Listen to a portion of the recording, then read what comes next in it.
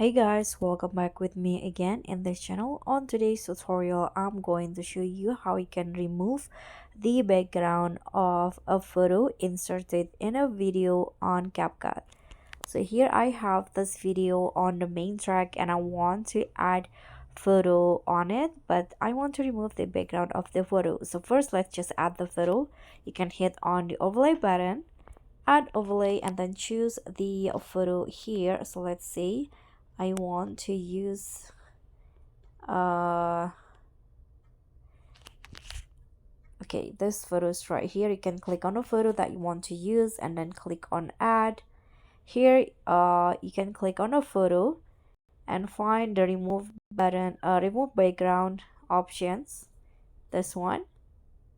So because this is a portrait, so I'm going to just use the auto remover, but if you have a green screen photo, you can use the chroma key. So let's just click on the auto removal, and just like that, as you guys can see here, the background is removed. You can always adjust the size and the position of the photo, and this is it. So that's how you can remove the background of a photo. Thank you so much for watching. Don't forget to like, comment, and subscribe. Also click on things. Bye.